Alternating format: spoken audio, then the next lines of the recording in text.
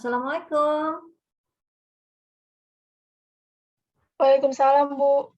Oke, baiklah kita mulai aja ya. Ini udah pada hadir semua kan ini?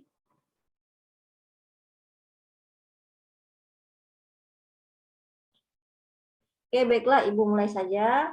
Bismillahirrahmanirrahim. Assalamualaikum warahmatullahi wabarakatuh. Waalaikumsalam warahmatullahi wabarakatuh. Ibu ulangi lagi ya, kalau yang jawab cuma satu. Assalamualaikum warahmatullahi wabarakatuh.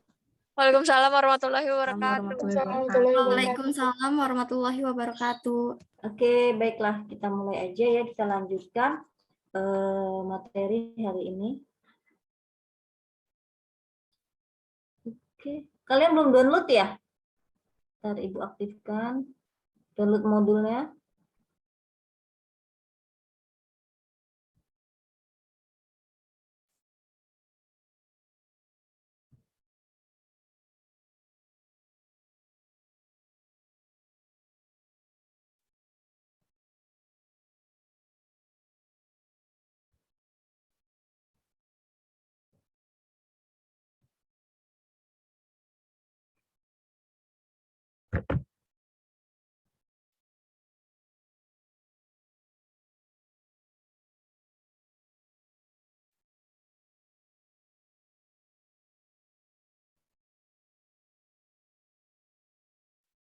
Sudah tampak? Sudah, Bu. Oke, baiklah kita mulai ya. Silakan kalian download materinya di e-learning ya, itts.ac.id. Oke, baiklah kita mulai aja. Untuk pertemuan ke-6 ini kita membahas tentang perancangan sistem model terstruktur. Adapun apa saja yang dipelajari pada model terstruktur, yaitu tentang konsep DFD, kemudian mahasiswa dapat menentukan kapan menggunakan secara tepat berdasarkan kelebihan dan kekurangan dari DFD. DFD yaitu Data Flow Diagram. Kemudian mahasiswa diharapkan dapat membuat model sistem dengan DFD. Dikembangkan dengan DFD. Adapun capaiannya menjelaskan tentang model struktur, menjelaskan diagram konteks, dan data flow diagram. Tujuannya memahami konsep pendekatan perancangan terstruktur dengan salah satu alat bantunya, yaitu DFD, dapat menggunakan DFD secara tepat. Nah, sebelum kita masuk ke materi, ini perancangan tentang sistem model terstruktur sebelumnya sudah kita bahas pada pertemuan minggu yang lalu, yaitu tentang pendekatan ya, pendekatan model terstruktur ya. Jadi di situ ada tool. Nah, di sini kita uraikan. Ini merupakan salah satu pengembangan juga dari SDLC ya. Oke, kita mulai aja tentang konsep perancangan terstruktur. Sebelumnya Ibu beritahu di akhir materi ini nanti ada tanya jawab seperti minggu lalu. Kemudian nanti akan Ibu bagi kelompok ya untuk pertemuan Senin depan untuk tugas presentasi ya. Jadi di situ sudah ada judulnya, nanti kelompoknya akan Ibu bagi ya. Nanti sistemnya seperti apa? Apakah dia dicampur antara SI dan TI atau masing-masing ya. Paham ya? Iya, Bu. Oke, Ibu langsung ya. Konsep tentang perancangan terstruktur ya. Perancangan terstruktur itu adalah salah satu pendekatan ya untuk penyelesaian suatu permasalahan dalam pengembangan sistem suatu perusahaan ya. Pada dulu kala, pada sebelumnya banyak terjadi permasalahan dengan pendekatan klasik ya, sebelum adanya model terstruktur. Maka kebutuhan akan pendekatan pengembangan sistem lebih baik yang tidak hanya mengikuti tahapan sistem life cycle ya atau SDLC, namun juga dilengkapi beberapa alat dan teknik. Itu tool yang digunakan untuk mempermudah ya proses pengembangan sistem. pada tahun 1800-an, teori manajemen klasik muncul dan berkembang secara cepat seiring dengan boomingnya revolusi industri di Inggris.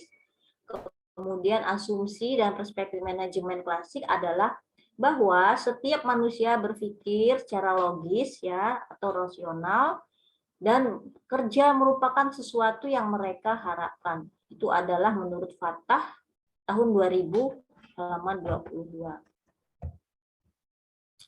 Nah, runut berdasarkan struktur atau anatomi dari sebuah perusahaan disebut birokrasi ya. Nah, tadi dikatakan sebelum menggunakan sistem model terstruktur, mereka menggunakan pendekatan klasik. Nah, contohnya pendekatan klasik ini misalnya pada saat ini ya, dalam kehidupan sehari-hari yang disebut dengan pendekatan klasik. Jadi, kalian bisa membedakan pendekatan klasik dan pendekatan model terstruktur ya. Nah, kalau contohnya dari pendekatan klasik itu, misalnya nih, si A, dia pindah dari daerah, misalnya dari Lampung ke Jakarta, gitu ya, atau ke Tangerang, dari Lampung ke Tangerang. Nah, kemudian si A ini karena pindah bekerja suatu perusahaan atau instansi, dia sudah ingin ya membuat KTP. Dia ingin membuat KTP. Nah, setelah dia tuh diarahkan, katanya pembuatan KTP itu datang ke kantor misalnya di Dukcapil di daerah setempat ya. Nah, setelah datang ke sana, oleh pegawai-pegawai di sana itu dioper, Bapak harus ini, syaratnya ini, Bapak temuin dulu bagian A, bagian B, dia begitu. Kemudian mengikutin ya, Bapak itu ngikutin. Kemudian setelah itu ada syarat lagi, Bapak bikin surat keterangan dari RT setempat, daerah baru sekarang, Bapak buat ini, buat itu. Nah, akhirnya kan Bapak itu mengikutin ya, karena dia membutuhkan KTP itu, mengikuti apa yang disarankan oleh petugas yang untuk proses pembuatan KTP. Nah, dengan demikian Bapak itu kan merasa apa ya? Ke sana ke sini, dilempar ke sana ke sini. Nah, tetapi emang itu aturan mungkin seperti itu, di birokrasinya seperti itu gitu. Harus ketemu dengan A, ketemu dengan B, dengan C gitu ya. Nah, akhirnya mengikuti prosedur seperti itu dan setelah syaratnya terpenuhi, kemudian menghadap lagi kantor itu dan akhirnya jadilah KTP. Tetapi dengan waktu, hari, tenaga yang ibaratnya lama lah ya, prosesnya terlalu lama gitu. Nah, itu yang disebut dengan sistem birokrasi. Nah, sistem birokrasi seperti itu disebut dengan pendekatan klasik. Nah, jadi zaman dulu itu yang disebut pendekatan klasik itu seperti itu ya. Dia mengikuti aturan-aturan birokrasi yang diarahkan oleh instansi atau suatu perusahaan gitu. Nah, kemudian teori klasik itu berkembang dalam 3 aliran ya. Adanya teori klasik itu berasal dari 3 teori, yaitu teori birokrasi, teori administrasi, dan teori manajemen ilmiah ya. Nanti ini adalah kalian Ibu kasih tugas ya untuk menjabarkan tentang teori birokrasi, teori administrasi, dan teori manajemen ilmiah ya. Jadi kalian mulai dari sekarang persiapkan ya nanti jawabannya ya. Kemudian melalui pendekatan terstruktur, permasalahan-permasalahan yang kompleks di organisasi dapat dipecahkan dan hasil dari sistem akan mudah untuk dipelihara, fleksibel, lebih memuaskan pemakainya. Kemudian mempunyai dokumentasi yang baik, tepat pada waktunya sesuai dengan anggaran biaya pengembangan, dapat meningkatkan produktivitas dan kualitas akan lebih baik ya. Dengan adanya pendekatan terstruktur tersebut ya, jadi lebih mudah, lebih fleksibel, kemudian memuaskan oleh pihak lainnya ya.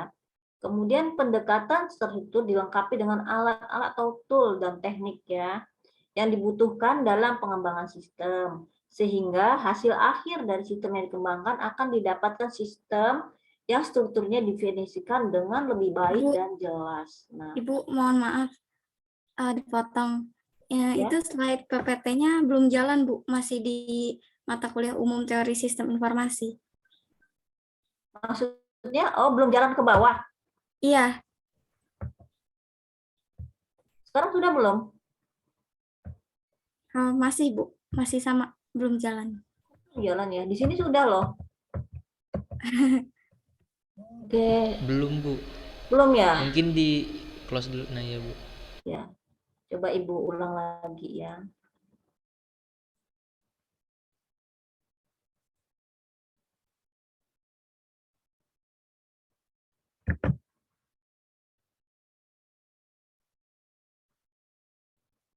Oke, sudah kelihatan? Sudah Bu. Udah kelihatan? Belum Bu, ini balik lagi tadi. Oh, balik Belum. lagi. Ya. Oke, bentar.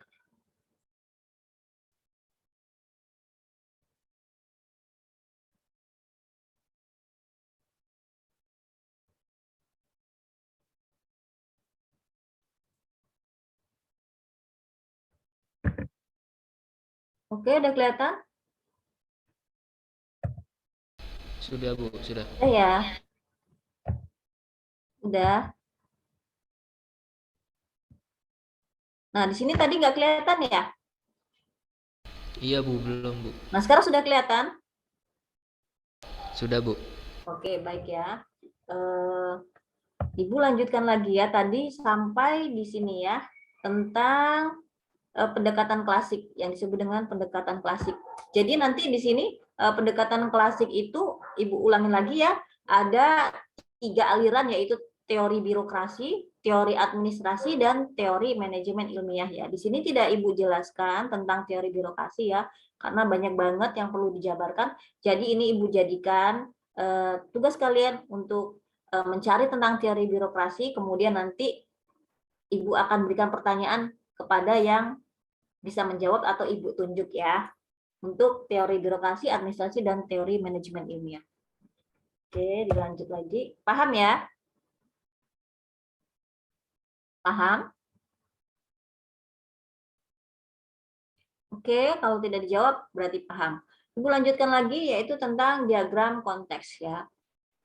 Kemudian salah satu tool yang digunakan untuk pendekatan terstruktur ya, itu menggunakan diagram konteks. Nah, apa sih diagram konteks? Diagram konteks adalah diagram yang terdiri dari suatu proses dan menggambarkan ruang lingkup suatu sistem. Ya, diagram konteks merupakan level tertinggi dari DFD. Nah, jadi diagram konteks itu adalah level tertinggi dari DFD. Kan kadang-kadang tidak paham ya, bisa membedakan apa sih diagram konteks dan apa juga DFD. Padahal diagram konteks itu adalah bagian dari DFD atau yang sering disebut juga dengan DFD level 0 ya. Ini biasanya sih digunakan untuk mahasiswa ketika membuat skripsi. Di situ membuat suatu aplikasi, nanti ada aliran data atau tools yang digunakan biasanya DFD, ERD, relasi, tabel ya, nanti juga ada seperti itu. Kemudian model terstruktur merupakan representasi bergambar mengenai kenyataan ya. Diagram konteks adalah diagram yang terdiri dari suatu proses dan menggambarkan ruang lingkup suatu sistem. Nah, jadi diagram konteks itu dia menggambarkan secara keseluruhan atau secara umumnya ya. Dan kemudian nanti yang secara detailnya itu akan dijabarkan ke DFD, data flow diagram ya. Nah, diagram konteks merupakan level tertinggi dari DFD yang menggambarkan seluruh input ke sistem atau output dari sistem. Dalam diagram konteks hanya ada satu proses dan tidak boleh ada data store. Nah, itu adalah peraturan dari diagram konteks. Jadi dia hanya berupa proses, kemudian ada entitas dan dia tidak ada untuk data store atau penyimpanan datanya. Dan penyimpanan data itu nanti ada di DFD. Oke, sampai di sini paham ya? Paham? Iya Bu, paham. Oke, lanjutkan lagi. Jadi, diagram konteks merupakan gambaran sistem secara keseluruhan. Sedangkan DFD lebih detail menjabarkan yang telah digambarkan oleh diagram konteks. Nah, tadi Ibu katakan ya, atau disebut juga dengan DFD level 0. Nah, bagaimana sih cara membangun diagram konteks ya? Untuk membangun sebuah diagram konteks, hal pertama yang harus kamu lakukan adalah, nah ini adalah salah satu teknik dari LGEC yaitu tentang analisa sistem ya. Nah, di sini caranya bagaimana jika menggunakan diagram konteks. Yang pertama, mendiskusikannya dengan si klien. Seperti apa nantinya sistem itu akan dibuat, setelah itu identifikasi dua hal tersebut. Nah, dengan si klien setelah berdiskusi, kemudian kita akan menuangkan ke dalam diagram konteks ya. Nah, yang pertama yang perlu kita perhatikan adalah entitas eksternalnya, kemudian aliran datanya. Nah, baru buatlah analisis seperti yang pertama ini belum Ibu jelaskan ya, entitas eksternal ya, nanti bagian-bagian yang mempengaruhi dari proses ya, bagian-bagian luar yang mempengaruhi dengan proses itu nanti ada di materi selanjutnya ya penjelasannya. Oke, kemudian apa aja sih yang harus dilakukan ya? Buatlah analisa seperti langkah-langkahnya ya dalam pembuatan diagram konteks ketika sudah ada kesepakatan dengan klien ya. Pertama yaitu identifikasi arus data yang berlangsung di dalam sistem seperti arus informasi, kemudian dokumen ya dan lain-lain. Baik yang terstruktur maupun tidak terstruktur. Nah, kalau yang terstruktur itu dia ada fisiknya ya, ada berupa fisiknya. Kemudian dia mungkin kalau wawancara dia langsung wawancara ya, ketemu langsung dengan pemilik datanya. Nah, kemudian kalau tidak terstruktur, nah bisa dituangkan di email, kemudian lewat percakapan telepon atau WA ya, kemudian informasi dari sistem eksternal atau informasi lain-lainnya gitu ya. Nah, kemudian yang kedua yaitu identifikasi arus data dari entitas eksternal ya, seperti di mana sumbernya, seperti apa datanya. Nah, jadi entitasnya itu apa aja. Nah, kemudian sumbernya dari mana aja gitu. Nah, kemudian yang ketiga yaitu gambar dan berilah label di setiap proses yang mewakili seluruh pekerjaan sistem ya. Kemudian digambar ya pada setiap proses. Nah, kalau proses itu sudah lebih dari satu, dia sudah masuk ke dalam DFD berarti ya. Nah, kemudian gambarlah dan beri label pada setiap entitas yang terkait di dalam sistem. Nah, entitasnya itu apa aja di situ. Apakah ada satu atau dua atau tiga ya. Kemudian baik entitas internal maupun entitas eksternal. Nah, tambahkan aliran data yang mewakili perpindahan data antar proses atau entitas ya. Jadi di situ ada keterangan aliran datanya. Nah, nanti di sini ada simbolnya ya, sehingga kalian lebih gampang memahaminya. Kemudian setelah konteks diagram jadi, diskusikanlah dengan orang yang terkait. Apakah masih ada yang harus diperbaiki atau tertinggal?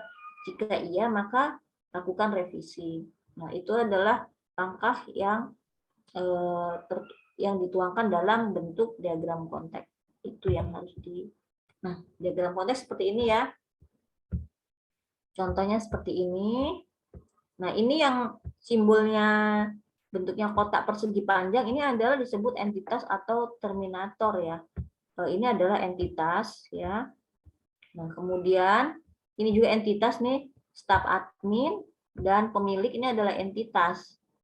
Nah, kemudian yang garis ada panah-panahnya ini ya dari entitas staf admin memberikan input ya, masukan ke proses. Nah, jadi simbolnya adalah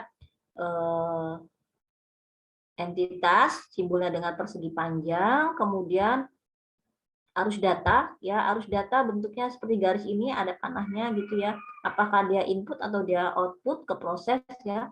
Kemudian proses bentuknya bulat, tetapi di sini nanti ada dua teori ya yang menjelaskan tentang simbol. Ada yang bentuknya di proses itu bentuknya beda ya, nanti di bawah ada penjelasannya lagi, ada dua teori untuk simbolnya. Nah, kemudian pemilik ini adalah entitas. Jadi simbolnya persegi panjang itu adalah entitas atau terminator.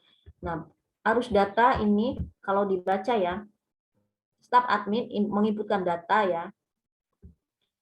Kemudian login dulu, login, kemudian diproses ya di aplikasi itu. Kemudian dari proses dari pemilik juga nih login, melakukan login juga ya. Jadi input, outputnya di ini user password nih ke pemilik, dari pemilik ke input ke aplikasi. Oke, dilanjut. Nah, di sini. Itu tadi bentuk diagram kontak ya. Jadi diagram kontak itu tidak ada data store ya, tidak ada data store-nya, dia hanya berupa entitas sama proses sama aliran data. Nah, kemudian kita masuk ke DFD ya. DFD tadi dikatakan adalah alat pembuat model ya yang memungkinkan profesional sistem untuk menggambarkan sistem sebagai suatu jaringan proses fungsional yang dihubungkan satu sama lain dengan alur data baik secara manual maupun komputerisasi. Nah, DFD disebut juga dengan bubble chart, bubble diagram, model proses, diagram alur kerja atau model fungsi. Nah, DFD ini adalah salah satu alat pembuat model yang sering digunakan ya. Jadi pendekatan struktur itu salah satu tool yang digunakannya itu yaitu menggunakan DFD. Khususnya bila fungsi-fungsi sistem merupakan bagian yang lebih penting dari kompleks daripada data yang dimanipulasi oleh sistem. Atau dengan kata lain, DFD adalah alat pembuat model yang memberikan penekanan hanya pada fungsi sistem. Ya.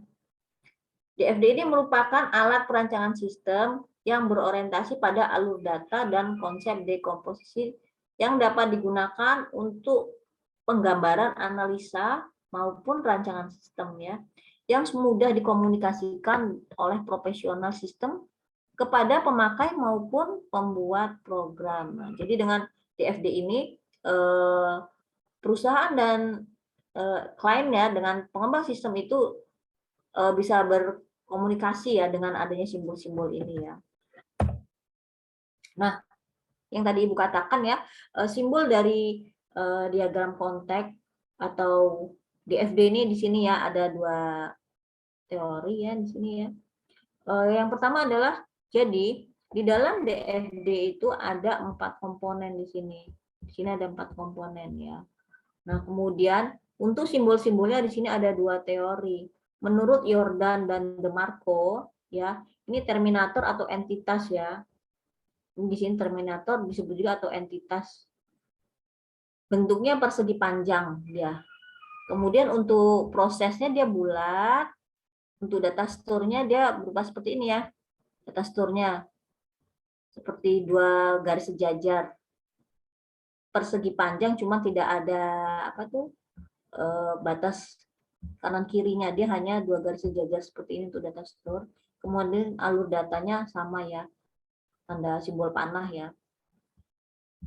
Garis yang ada tanda panahnya. Nah, kemudian kalau menurut Gen dan Serson, terminator bentuknya hampir sama dia, hanya dia lebih agak tinggi ya. Dan sama sih persegi panjang juga ini, cuma dia lebih agak tinggi ya untuk entitasnya. Kemudian dia untuk prosesnya nih beda banget ya. Kalau yang menurut Jordan dia bulat sih. Yang biasanya sering digunakan bulat ya. Nah, di sini kalau menurut Gen dan Serson dia bentuknya ini kotak. Kemudian ada garisnya sih kalau saya lihat dia bentuknya hampir kayak apa ya? Data disket ya ini ya. Kotak. Kemudian kalau data store-nya dia ada garis 2 garis di pinggir nih. Kalau menurut Jordan kan nggak ada, dia bentuk aja seperti 2 garis horizontal sejajar ya. Tapi kalau di ini di Serson ini data store-nya bentuknya seperti ini. Kemudian alur datanya sama. Nah, tapi biasanya yang sering digunakan untuk prosesnya ini menurut Jordan. Jadi di sini mau menggunakan yang simbol seperti apa. Yang penting paham gitu ya. Oke, kita lanjutkan lagi. Jadi di situ tadi ada komponen-komponen, nah sini kita uraikan ya. Yang pertama yaitu komponen terminator atau entitas ya, luar ya. Biasa seringnya sih disebutnya entitas ya kalau bagian luar tadi, luar dari proses. Entitas luar terminator mewakili entitas eksternal ya yang berkomunikasi dengan sistem yang sedang dikembangkan. Nah, terminator dikenal dengan nama entitas luar atau external entity. Nah, ya dia sama dia untuk terminator atau entitas luar ya sama dia istilahnya. Cuman Artinya sama, cuma beda tulisannya. Kemudian terdapat dua jenis terminator. Nah, di sini ada terminator sumber atau source ya. Kemudian merupakan terminator yang menjadi sumber ya. Jadi entitas itu yang menjadi sumbernya. Kemudian terminator tujuan atau sink merupakan terminator yang menjadi tujuan data atau informasi sistemnya dia.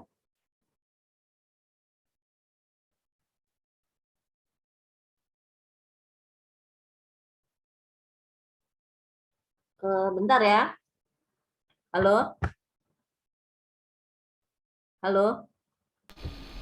Iya, Bu. Iya, Bu. Bentar ya Ibu. Keluar sebentar ya. Iya, Baik, Bu. Bu.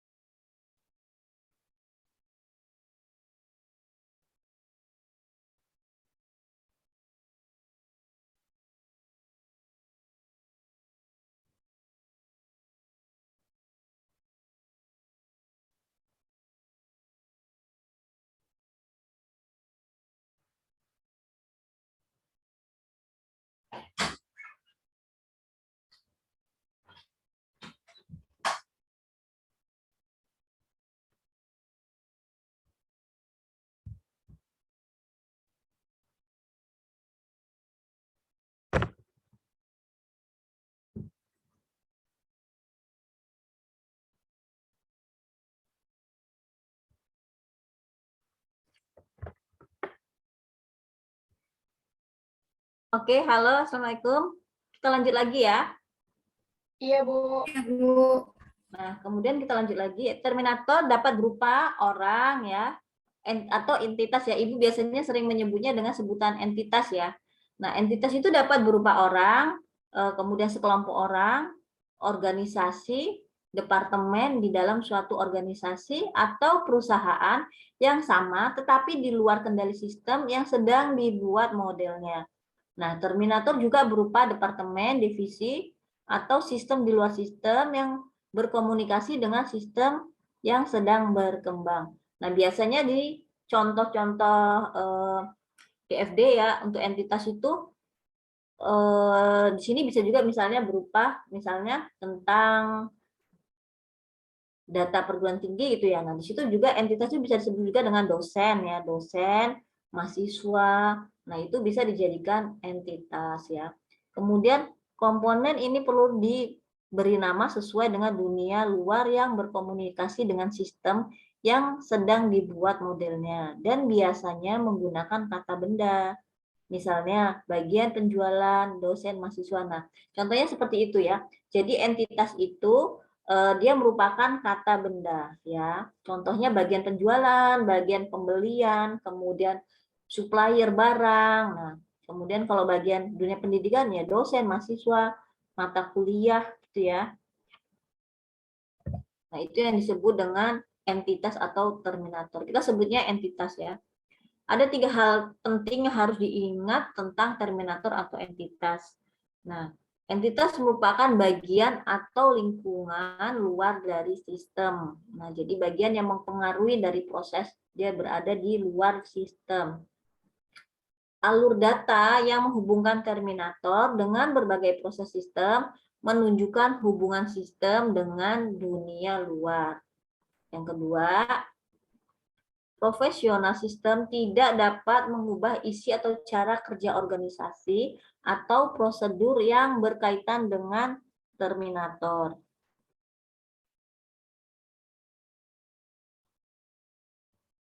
Nah, yang ketiga, hubungan yang ada antar terminator yang satu dengan yang lain tidak digambarkan pada DFT. Jadi hubungan yang ada antar entitas yang satu dengan yang lain tidak digambarkan pada DFT ya. Kemudian komponen proses. Nah, tadi sudah kita tahu tentang entitas ya, penjelasan dari entitas. Kemudian kita lanjut yang selanjutnya yaitu proses.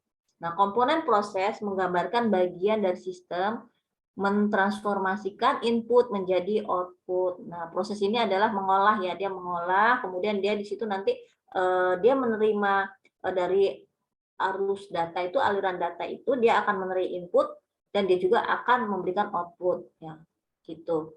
Kemudian proses diberi nama untuk menjelaskan proses atau kegiatan yang sedang akan dilaksanakan. Nah, pemberian nama proses dilakukan menggunakan kata kerja transitif.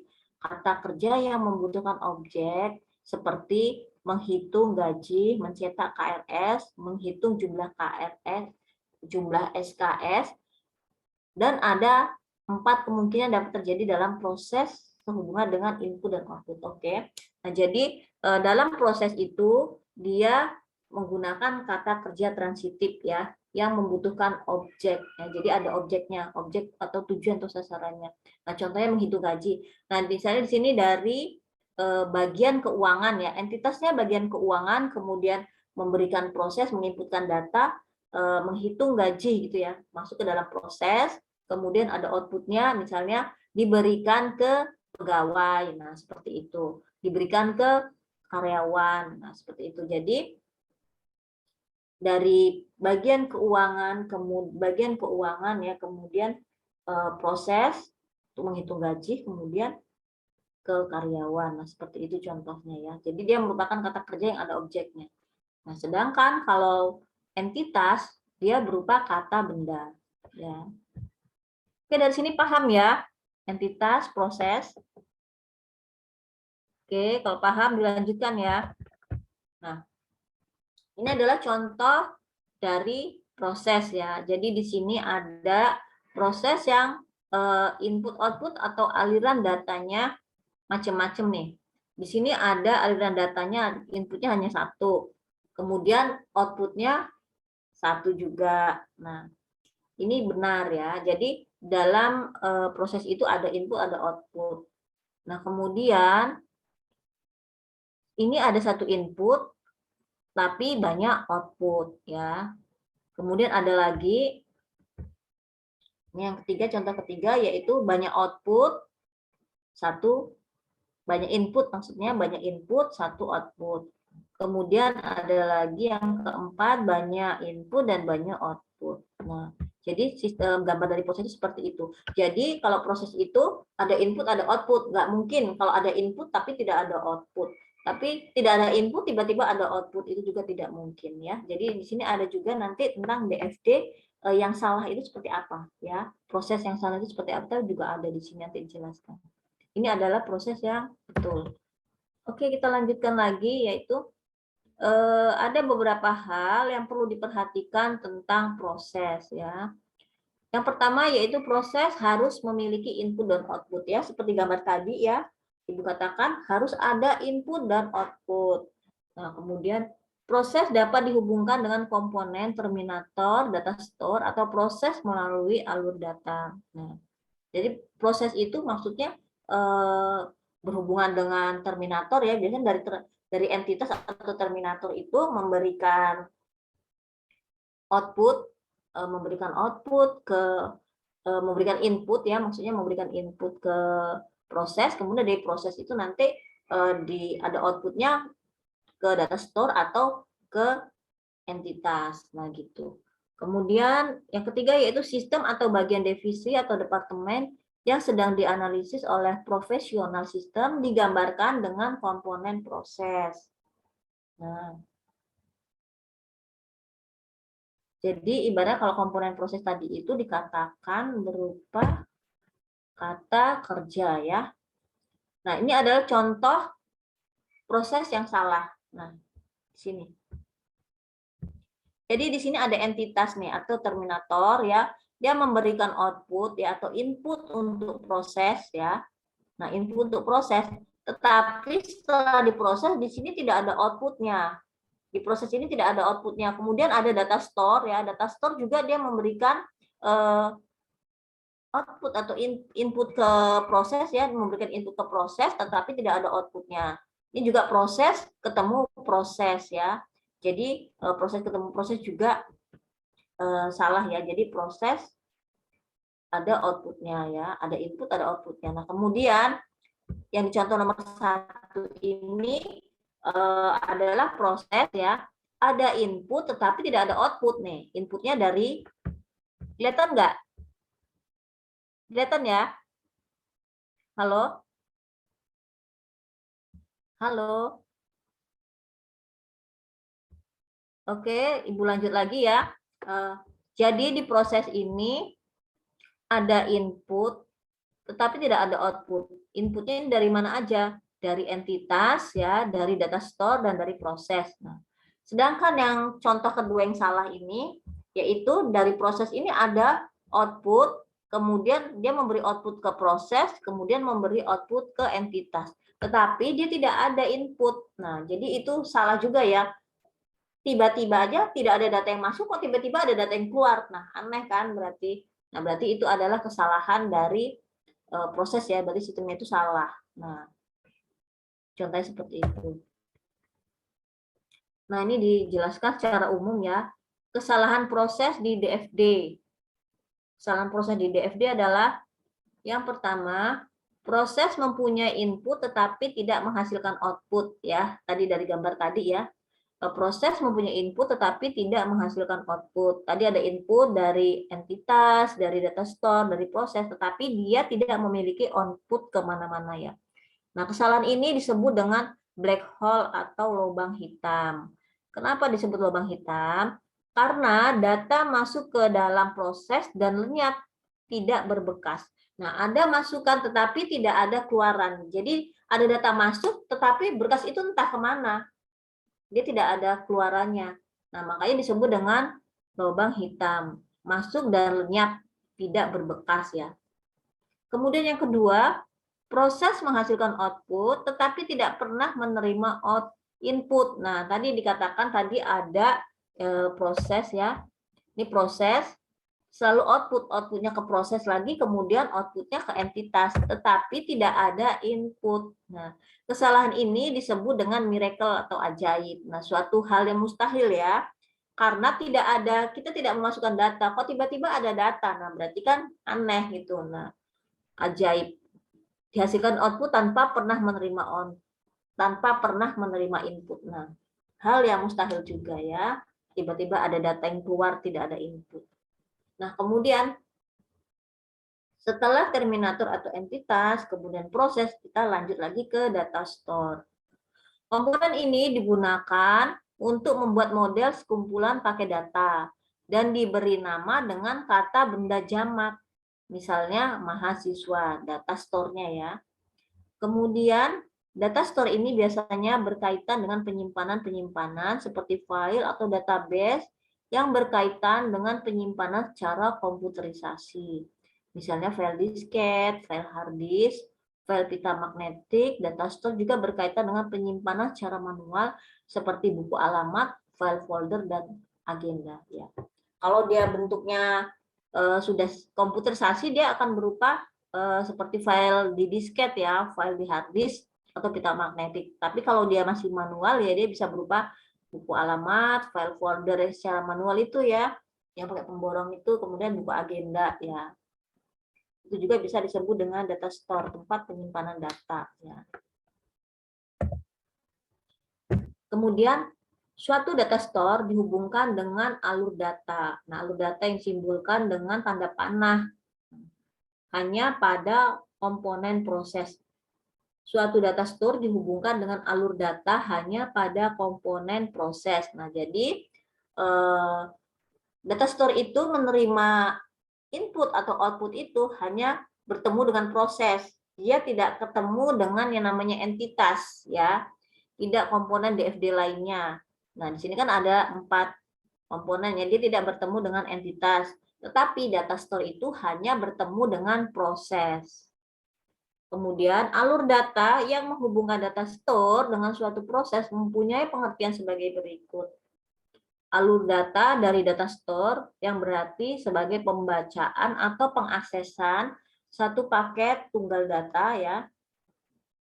Satu paket tunggal data, lebih dari satu paket tunggal data, sebagian dari satu paket tunggal data atau sebagian dari satu paket data untuk proses. Ya. Nah, jadi kalau misalnya simbol alur datanya itu alur data dari data store ke proses ya, berarti pengaksesannya satu paket data tunggal ya, tunggal data atau sebagian dari lebih dari satu paket. Tetapi jika alur data ke data store, berarti dari proses ke data store, berarti sebagai pengupdatean data. Nah, berarti kalau dari proses ke data store, berarti dia mengirim data. Nah, kalau misalnya dari data store ke proses, berarti ambil data ya, mengambil data gitu.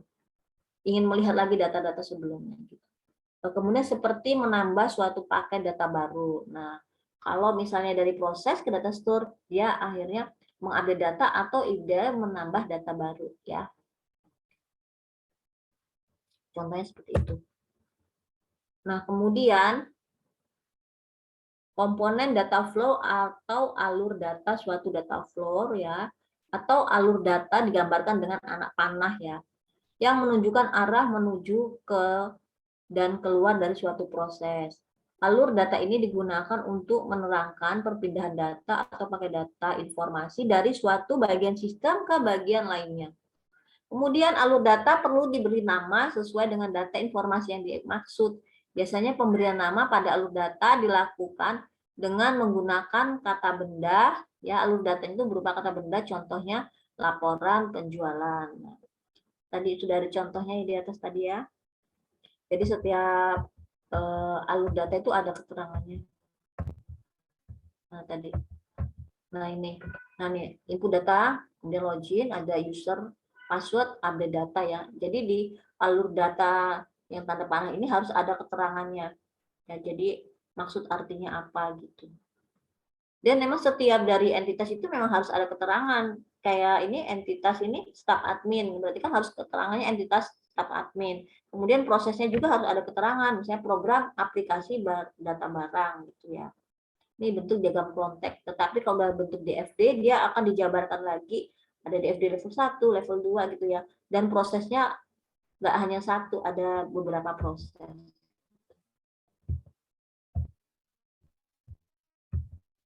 Oke, paham tentang komponen dari DFD?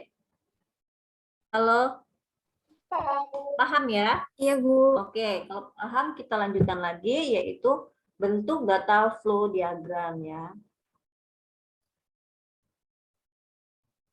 Ada dua bentuk DFD, yaitu diagram alur data fisik dan diagram alur data logika. Diagram alur data fisik lebih menekankan pada bagaimana proses dari sistem diterapkan ya. Kalau data fisik dia menekankan pada proses sistem yang diterapkan. Sedangkan alur data logika menekankan pada proses-proses apa yang terdapat di sistem ya, proses-proses yang terdapat di sistem. Nah, kemudian di sini diuraikan diagram alur data fisik atau DADF ya, data diagram alur data fisik. Oke. Lebih tepat digunakannya untuk menggambarkan sistem yang ada, sistem yang lama. Jadi menggambarkan sistem yang ada atau sistem yang lama. Penekanan pada DADF adalah bagaimana proses-proses dari sistem diterapkan dengan cara apa, oleh siapa, dan di mana, termasuk proses-proses manualnya. Nah, untuk memperoleh gambaran bagaimana sistem yang ada diterapkan, DADF harus memuat yang pertama, proses-proses manual juga digambarkan. Jadi mungkin di sini menceritakan kondisi sebelumnya dan kondisi yang akan dirancang menggunakan komputerisasi ya. Awalnya mungkin yang manualnya seperti apa. Nah, proses-proses manual juga digambarkan. Kemudian nama dari alur data harus memuat keterangan yang cukup terinci untuk menunjukkan bagaimana pemakai sistem memahami kerja sistem. Ya. Kemudian yang ketiga, simpanan data dapat menunjukkan simpanan non-komputer. Nah, berarti ada arsip-arsip yang secara tertulis ya, ada printout. Maksudnya simpanan data menunjukkan simpanan non-komputer. Nah, berarti kan ada berkas atau data-data yang dicetak komputer ya, kemudian diarsipkan. Atau ibaratnya data itu berupa buku besar, dicatat dalam buku besar gitu. Kemudian yang keempat, nama dari simpanan data harus menunjukkan tipe penerapannya. Apakah secara manual atau komputerisasi. Nah, itu kan bisa kita bedakan ya. Kalau dia dicatat dalam buku besar, berarti kan dia dikerjakannya secara manual. Tetapi jika dia tercatat dalam komputerisasi atau menggunakan aplikasi, dia berarti sudah tidak manual lagi atau terkomputerisasi. Nah, di sini secara manual misalnya dengan menunjukkan buku catatan. Nah, buku catatan. Kemudian meja pekerja, sedang cara komputerasi misalnya menunjukkan file urut atau file database. Nah, biasanya kan kalau perusahaan yang dari awalnya dia masih manual, kemudian dia ingin beralih komputerisasi, jadi di situ ada namanya buku besar ya. Kalau tentang administrasi perkantoran itu contohnya ada buku besar yang mencatat tentang surat masuk, surat keluar, kemudian ada disposisi surat itu akan larinya kemana, kemudian keterangannya diarsipkannya di mana, kan biasanya kayak gitu kalau secara manual. Nah, kalau misalnya tentang keuangan ya di situ ada buku besar yang mencatat keluar masuknya uang ya, tapi dicatat secara tertulis. Kemudian di situ ada pekerja administrasinya ya, ada suatu ruangan atau tempat untuk mengerjakan pekerjaan tersebut. Sedangkan cara komputerisasi misalnya menunjukkan file urut, file database. Nah, misalnya dia komputerisasi tetapi dia belum menggunakan aplikasi, contoh sederhananya misalnya menggunakan data Excel ya. Nah, di situ dia menginputkan data ke data Excel, kemudian ketika akan mencari file-file tersebut tinggal buka aja ke Excel. Cuman kan mungkin di Excel itu ada kelebihan, ada kekurangannya. Makanya kenapa sih perusahaan itu beralih ke aplikasi? Mungkin dia lebih simpel, lebih gampang ya untuk sistem pencarian, pembuatan laporannya ya, penyimpanannya lah seperti itu ya, dan prosesnya mungkin lebih aman ya gitu. Kemudian yang kelima yaitu proses harus menunjukkan nama dari pemroses, yaitu orang, departemen, sistem komputer, atau nama orang komputer yang mengakses proses tersebut. Nah, jadi di sini maksudnya ini ada usernya atau adminnya ya, yang mengerjakan itu ada keterangannya itu siapa gitu ya. Nah, seperti itu gambarannya. Secara fisik ya. Kemudian diagram alur data, DAD logika, DADL ya, lebih tepat digunakan untuk menggambarkan sistem yang akan diusulkan atau sistem yang baru. Nah, kalau logika itu berarti mungkin dari yang sistem manual dengan sistem yang akan menggunakan komputerisasi ya. Jadi sistem baru atau yang sudah terkomputerisasi tetapi dia akan melakukan pengembangan lagi ya, dan menggunakan diagram alur data logika. Nah, maksudnya masih merancang ya ke depannya seperti apa ya, logikanya seperti apa mungkin gitu. Nah, kemudian untuk sistem komputerasi, penggambaran DADL hanya menunjukkan kebutuhan proses dari sistem yang diusulkan secara logika. Biasanya proses-proses yang digambarkan hanya merupakan proses-proses secara komputer saja. Nah, jadi di sini dia hanya menuangkan dalam gambarnya itu proses-prosesnya apa aja, maksudnya langkah-langkah prosesnya seperti apa. Misalnya kalau data data administrasi keluar masuk surat masuk misalnya ada prosesnya itu mencatat surat masuk, kemudian mencatat surat keluar, kemudian mendisposisikan surat. Nah, seperti itu dia proses-prosesnya aja yang secara komputerisasi yang dituangkan. Nah, ini adalah gambar diagram alur data logika. Di sini tentang transaksinya ya. Jadi di sini ada entitasnya ada dua nih ya, entitas konsumen dan entitas konsumen juga ya. Ini ada dua entitas. Kemudian ada data store ya, ada data store, kemudian ada proses ya, nih di sini ada 4 proses ya. Kemudian dari konsumen ini item-item untuk dibeli yang diproses oleh identitas item. Nah, nih di proses pertama ada identitas item ya. Nah, contohnya kalau misalnya barang ya berarti nama barang, jumlahnya berapa gitu ya. Kemudian ada kodenya. Setelah proses itu dia akan membuat ID-nya. Jadi untuk membedakan barang A, barang B, barang C itu kan ID-nya beda-beda gitu. Kemudian ada harga ya. Nah, harga ini dari data. Jadi dari data store. Jadi data itu sudah sebelumnya sudah diinput-inputkan dulu, kemudian data ini berarti kita mengambil data yang akan diproses ya. Data-data yang sudah dibuat sebelumnya kita masukkan ke dalam proses ya untuk melihat harganya berapa. Misalnya nih kalau kayak ini konsumen, contohnya kita warung ya.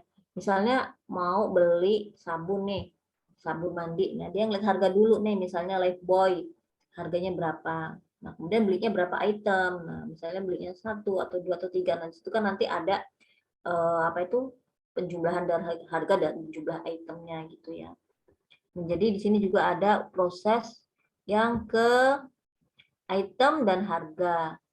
Kemudian menghitung total biaya pesanan. Nah, item dan harga itu jadi harganya berapa, jumlahnya berapa ya, dikalikan kemudian proses menghitung total. Nah, jumlah yang harus dibayar. Nah, setelah jumlah yang bayar, kemudian menetapkan transaksi dan menerbitkan nota. Nah, di print out ini maksudnya ya.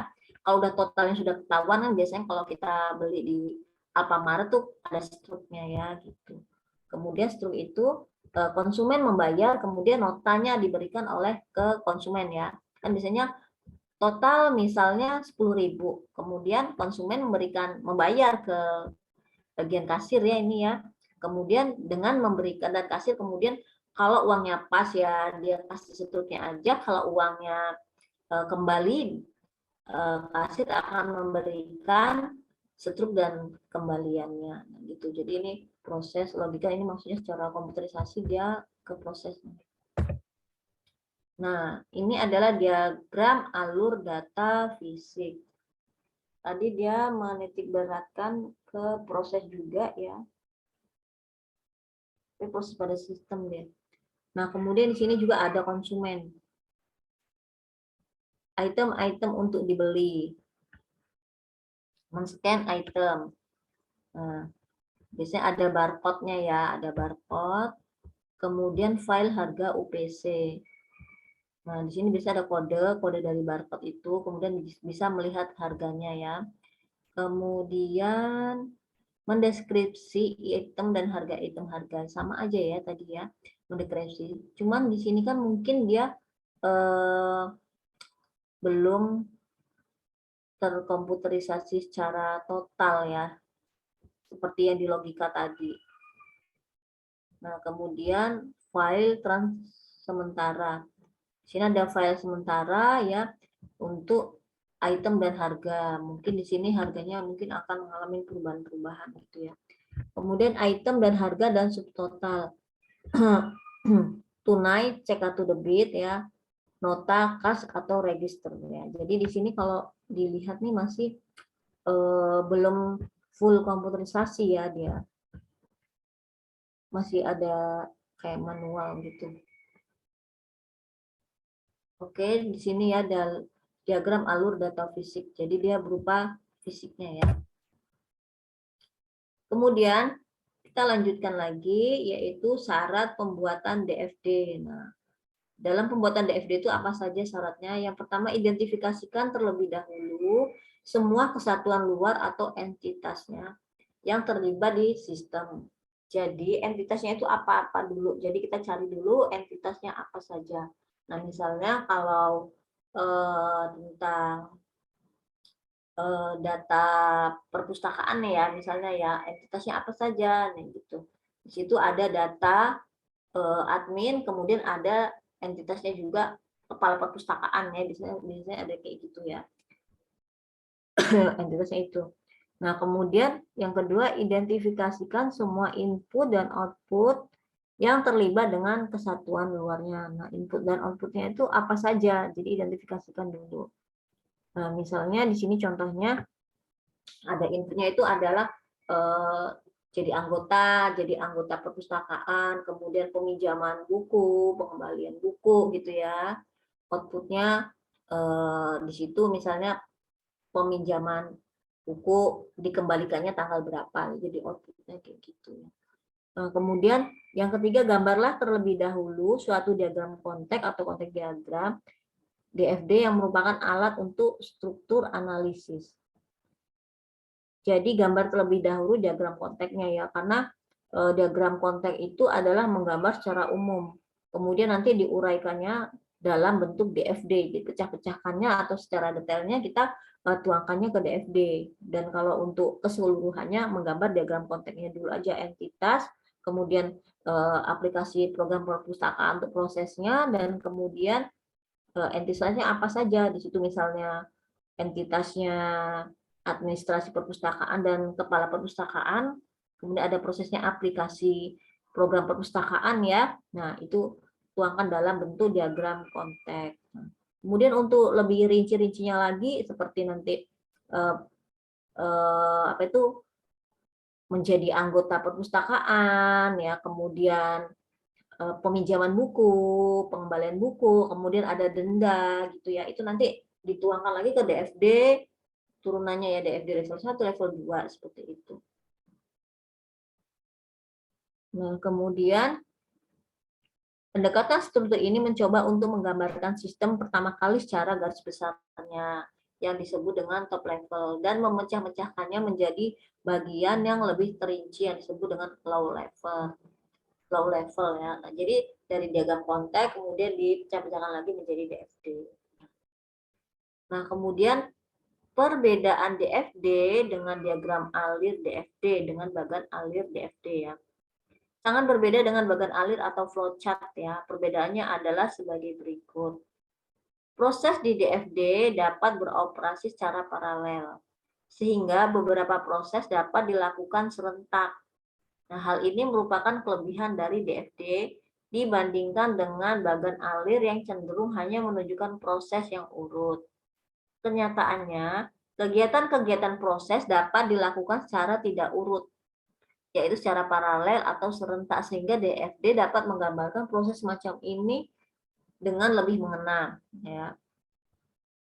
Kemudian DFD lebih menunjukkan arus data di suatu sistem, sedangkan bagan alir sistem lebih menunjukkan arus dari prosedur, dan bagan alir program lebih menunjukkan arus dari algoritma. Ya. Kalau gambar di DFD itu dia alur sistemnya dia lebih tertata ya. Kalau di flowchart itu kan banyak banget tuh simbol-simbolnya, itu dia menggambarkan aja, dia hanya menggambarkan. Tapi yang lebih pasnya lagi kalau kita menggunakan DFD. Karena bisa diuraikan secara detail. Nah, kemudian DFD tidak menunjukkan proses pengurangan atau loop dan proses keputusan atau decision, sedangkan bagan alir menunjukkannya ya. Ya, kalau kita membuat flowchart itu ada ya istilah yang namanya loop ya, atau looping atau pengulangan, kemudian ada keputusan ya, iya atau tidak, itu ada. Sedangkan kalau DFD juga, kalau DFD itu dia tidak ada proses pengulangan. Karena di DFD itu dia hanya menjelaskan ya dari entitas, kemudian alur data, arus datanya seperti apa, kemudian prosesnya seperti apa, kemudian ada berapa proses, kemudian ada berapa entitas, itu aja. Dan simbolnya dia simpel banget. Dia simbolnya cuma 4. Ya, entitas, proses, data store, sama alur data. Dia hanya 4. Sedangkan kalau di flowchart ya, bagan alir itu banyak banget simbol-simbolnya. Di situ ada simbol untuk data secara manual, kemudian secara komputerisasi, kemudian alur proses seperti apa, penyimpanan juga seperti apa, kemudian juga ada decision, kemudian ada pengulangan ya. Di situ ada, dia banyak sih, dia banyak banget, cuman dia tidak terinci, lebih terinci seperti di DFD. Dia hanya menunjukkan gambar bagannya, nah bentuknya seperti ini gitu. Cuman untuk detail-detailnya itu lebih detail di DFD. Nah, kemudian apa sih kelebihan-kelebihan dari DFD? Ya, Walaupun DFD mempunyai kelebihan yaitu dapat menggambarkan sistem secara terstruktur ya, dengan memecah-mecah menjadi level lebih rendah. Nah, tadi kan sudah dikatakan ya kalau di DFD itu dia bahasnya lebih detail. Sedangkan kalau diagram konteks itu dia hanya gambaran secara umum atau secara keseluruhan. Tetapi diagram konteks itu merupakan DFD level 0-nya ya. DFD level 0. Jadi dia merupakan bagian dari DFD juga. Nah, sedangkan kalau DFD level 1, level 2 dan selanjutnya dia lebih ke level-level yang lebih rendah ya, dipecah-pecahkan jadi lebih apa ya, detail banget gitu ya. Kemudian dapat menunjukkan aus data dari sistem ya, detail dia ada aus datanya kemana, kemudian prosesnya apa aja, apakah dia disimpan ataukah dia proses lagi kan seperti itu. Kemudian prosesnya paralel di sistem ya secara berurut ya. Dapat menunjukkan simpanan data, dapat menunjukkan kesatuan luar, tetapi DFD juga mempunyai keterbatasan. Keterbatasan DFD adalah sebagai berikut. Nah, DFD yang pertama dia ada batasannya ya, atau kekurangan pada DFD ya. DFD tidak menunjukkan proses perulangan atau looping ya. Kemudian DFD tidak menunjukkan keputusan atau decision. DFD tidak menunjukkan proses perhitungan. Ya, beda banget seperti yang di bagan alir atau flowchart ya. Bagan alir atau flowchart. Kalau di flowchart itu ada ya proses untuk pengulangan, kemudian percabangan, kemudian ada keputusan ya atau tidaknya. Kemudian dia juga ada proses perhitungannya seperti apa, ada simbol untuk proses perhitungannya, misalnya menghitung persegi panjang kali lebar, kemudian hasilnya seperti apa, kan seperti itu. Nah, kalau di flowchart itu diuraikan seperti itu ada. Dan di flowchart juga simbol-simbolnya banyak jenisnya ya. Jadi banyak banget kalau di flowchart itu untuk simbol-simbolnya. Kalau kalian nanti bisa melihat simbol-simbol pada flowchart, kemudian ada simbol-simbol pada DFD, silakan coba kalian bandingkan. Nanti mungkin akan Ibu menjadikan tugas ya untuk simbol-simbol di flowchart. Jadi di sini Ibu tidak memberikan gambar untuk alur bagan alirnya atau untuk flowchartnya ya, karena di sini Ibu membahas tentang pendekatan terstruktur dan toolnya itu menggunakan DFD atau diagram konteks gitu. Oke, sampai di sini sudah paham tentang DFD, diagram konteks, kemudian tentang pendekatan secara terstruktur ya. Oke, paham? Halo? Halo? Iya, Bu. Paham. Ya, Bu, paham. Oke, paham ya. Saya rasa mungkin paham lah ya. Karena di situ ada penjelasan secara detail. Oke, untuk selanjutnya kita tanya jawab ya. Terus selanjutnya kita tanya jawab.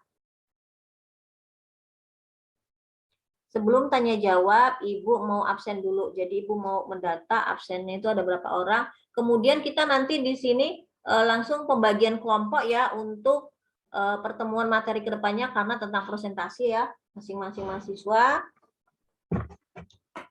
Oke, baik Ibu itu dulu. Ibu absen.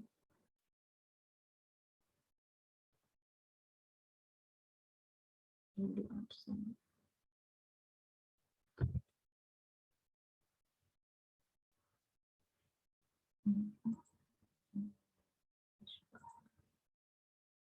TI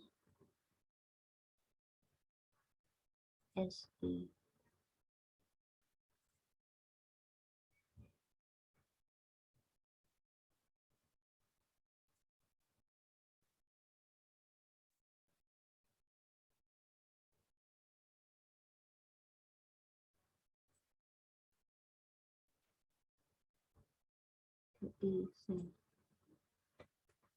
Oke, Ibu absen dulu untuk mahasiswa teknik informasi. Teknik informasi.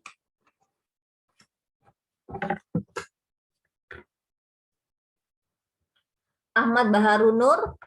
Hadir, Bu. Hadir. Ini tanggal 8 ya.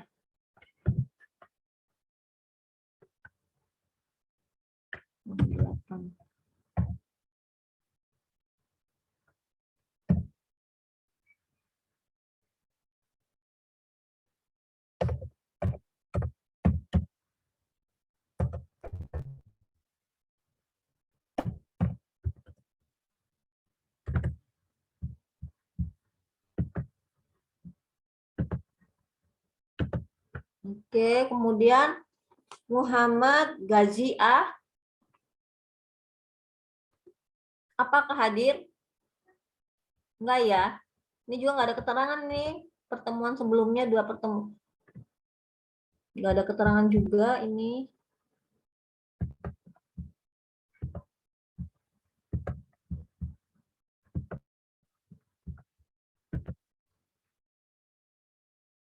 Nggak ada keterangan. Kemudian Nana Irmanto. Apakah hadir Nana Irmanto? Hadir. Hadir ya. Kemudian Nur Laila Hildayati. Ini sebelumnya juga nggak ada. Apakah sudah tidak kuliah lagi ya? Kemudian lanjut Ronaldo Immanuel Jelira. Hadir, Bu, hadir. Oke. Yang hadir dari TI 3 orang ya. Dari TI 3 orang.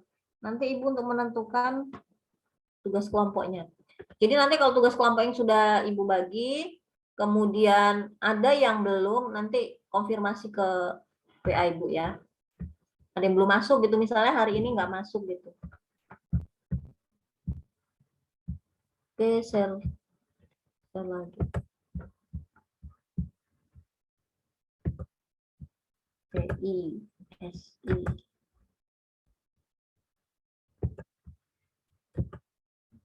SI. Udah selesai. Belum nih lagi ngabsen. Kan udah dikasih ininya, apa aplikasinya sudah. Udah dikasih sama Pak Agung yang pertama. Oke, yang untuk SI ya, Ibu absen. Sini nih Mas lihat. Lihat nih absennya kayak gini. Jadi kita kasih warna kalau masuk, nggak masuk itu akannya udah dikasih. Kalau itu, terus kalau mau ngelihat mahasiswanya kan ini, yang aktif kan ada 11 orang. 9 dong pertama berarti. Kalau mau absen. Oke, yang itu ya Ibu absen, yang sistem informasi Aulia Puspanabila. Hadir, Bu. Oke. Tanggal 8.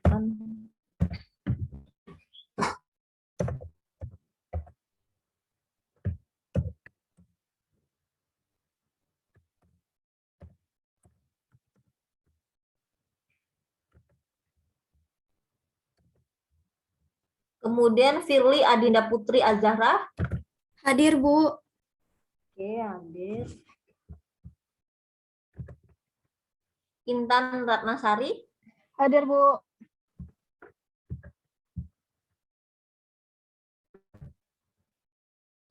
Amalia tadi izin ya.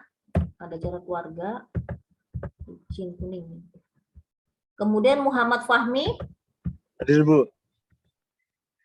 Oke, Muhammad Rehan Julfikar. Muhammad Rehan. Belum ada ya. Ini Novita Sari tadi izin ya? Bu, Assalamualaikum Ibu, aku udah masuk. Oh, ada. Oke. Iya, tadi di jalan. Iya. Bulan dari? Hadir, Bu. Ada? Ada. Oke. Berarti di sini yang tidak ada yang izin Kamalia sama Raihan ya. Yang hadir berarti 1, 2, 3, 4, 5, 6. SI 6.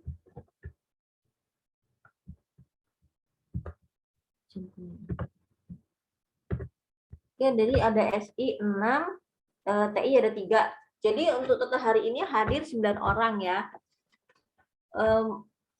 Teknisnya bagaimana nih? Ibu serahkan ke kalian. Apakah untuk presentasi ini dicampur antara TI sama SI? Kalau menurut Ibu sih dicampur aja ya. Maksudnya biar kalian lebih apa ya, akrab gitu. Gimana? Halo? Halo? Sendiri-sendiri? SI sendiri, TI sendiri atau seperti apa? Pilih sendiri aja, Bu. Kalau pilih sendiri nanti yang pinter-pinter ya enggak gitu. Ibu pengennya apa itu? Ibu nggak tahu ya, pengennya dicampur. Gimana? Yang lain gimana? Setuju nggak? Iya, Bu, tapi pilih sendiri tapi campur. Tapi itu harus persetujuan ya. Ini ada 9 orang nih yang hadir ya. Ada 9 orang yang hadir. Kemudian kalian bentuk 3 kelompok ya. Berarti satu kelompok 3 orang. Kecuali ini hadir semua, ini 8. Tadi itu yang tadi hadir, yang nggak hadir 3 tadi ya. Berarti 5 yang belum itu ya, belum masuk tuh 5. Yang nggak ada 5. Nah, kalau nanti misalnya ada, mereka bentuk satu kelompok lagi. Jadi ada 4 kelompok. Tapi kalau misalnya yang tadi itu nggak ada, jadi kalian 3-3 ya. Seharusnya ini 4 kelompok, Ibu. Maksudnya dari jumlah mahasiswa ini Ibu pengennya 4 kelompok, tapi ini yang hadir Ibu itu yang hadir aja. Jadi kalian 3-3. Oke, Ibu tunggu 3-3 langsung kirim ke itu ya, ke WA grup sekarang ya. Atau sebutkan namanya aja, langsung aja. Ya, kelompok pertama siapa aja? Oke. Misalnya kelompok A. Kelompok A siapa aja? Oke, silakan kalian diskusi. Ibu boleh tanya nggak, Bu? Iya, boleh. Kan tadi Kamalia Mardia nggak masuk ya, Bu, izin. Kalau misalkan saya mau bareng sama Kamal, itu bisa apa nggak, Bu? Iya, bisa, boleh. Boleh ya, Bu? Iya, Bu. Makasih, Bu. Iya. Ini kalau Zulfikar Raihan kan biasanya juga ada kan ya? Bu, yang Rehan Muhammad yang Raihan Zulfikar. yang anak TI itu kan yang fix cuma 3, Bu. Yang 2-nya memang kayaknya nggak akan masuk lagi. Oh, dia sudah keluar gitu ya? Ya, Bu. Berarti tadi Jadi yang total kalau keseluruhannya cuma 11. 11 ya? Oke. Iya, Bu. Berarti kalau 11 bagi 3 kelompok aja ya. Bagi 3 kelompok. Kalau 11 bagi 3 kelompok. Berarti ada yang jumlahnya 4, ada yang jumlahnya 3. Yang 4 jumlahnya 2, yang 3 jumlahnya 1. Oke, coba silakan kalian bagi 3 kelompok. Ya, Bu. Namanya nanti sebutkan langsung ya. Ibu catat.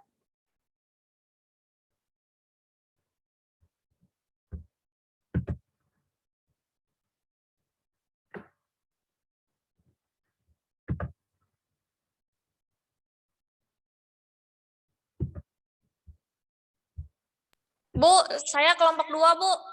Boleh nggak disebutin orang-orangnya? Oke, kelompok B ya. Kita sebut aja kelompok A, B, C ya. Ya, Bu, kelompok B. Aulia Puspanabila, Novita Aulia. Sari, Kemudian Ahmad Baharu, sama Raihan Zulfikar. Ahmad Baharu. 3 orang ya? Bukan sama Novita Sari, Bu. Oh, Novita Sari juga. Ya. Novita Sari. Satu lagi? Raihan Zulfikar. Oh, M. Raihan ya. Ya, Bu. Oke, ini 4 orang. Ya, yang kelompok A sama kelompok C. Bu, saya kelompok C, Bu.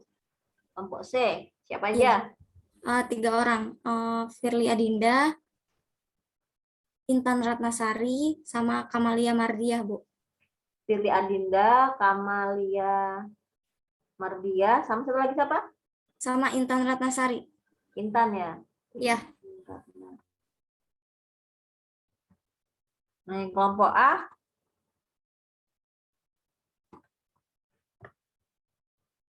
Kelompok A sebutkan ya. Ibu catat aja.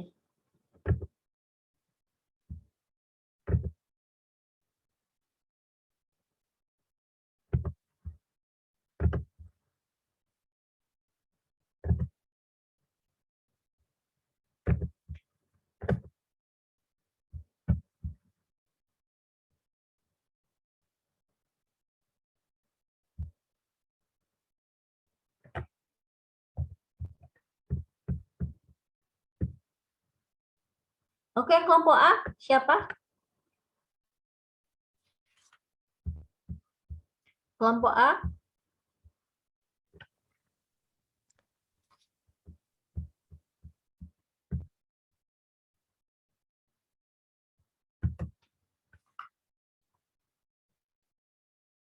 Nggak ada perwakilan nih kelompok A. Yang kelompok A apa tidak hadir semua? Ada yang hadir kan? Halo? Halo? Pak, Ibu, ya, kelompok A yang sisanya berarti Bu, iya, sebutin, coba sebutin namanya dong. Wulandari, Nah, dicatat. Wulandari, Muhammad Fahmi, M. Fahmi, Aldo Jelira, Aldo itu yang di TI ya? iya, Aldo Jelira,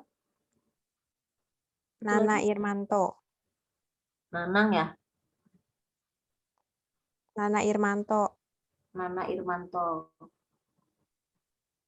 Ini kayak tadi hadir, Muhammad Fahmi sama Nana Irmanto tadi hadir. Ya, Nana Hadir, Irmanto. Bu. Halo? Iya, Bu. Iya. Wulandari juga ada kan? Siap. Oke, jadi kelompok 4 siap ya ini ya. Kelompok 4, kelompok A, Wulandari, M. Fahmi, Aldo Jalira, dan Nana Irmanto. Oke, siap? Oke, siap ya. Nah, kemudian Ibu ini untuk materinya.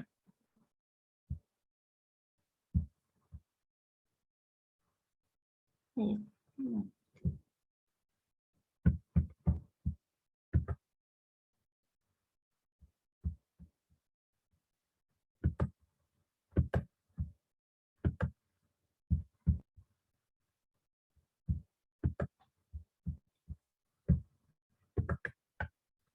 Nah, untuk pertemuan Senin depan ya, ini presentasi kelompok diskusi. Jadi 3 kelompok ini bisa membuat materi pada poin nomor 6 kelihatan ya, tentang analisis dokumen perusahaan ya, pengembangan DFD untuk pemodelan logikal dan fisikal ya. Jadi di sini kalian menjelaskan tentang analisis, bagaimana sih menganalisis tentang dokumen perusahaan dengan pengembangan DFD ya, dan pemodelan logikal dan fisikal. Jadi DFD yang logikal dan fisikal. Jadi ketiga kelompok ini buat makalah yang untuk dipresentasikan ya, masing-masing kelompok A, B, C. Nah, kemudian nanti setiap kelompok itu ada, terserah kalian ya, pembagian tugas masing-masing. Presentasinya misalnya bagian ini A, B, atau apa, semuanya misalnya dilibatkan atau apa, silahkan aja kalian membagi, tetapi usahakan setiap mahasiswa itu mempunyai peran masing-masing ya, karena di sini Ibu akan menilai juga. Nah, kemudian untuk tanya jawab, sesi tanya jawab nanti mahasiswa boleh bertanya, kemudian dosen juga bertanya. Jadi nanti mahasiswa itu menjelaskan dari pertanyaan-pertanyaan yang diajukan.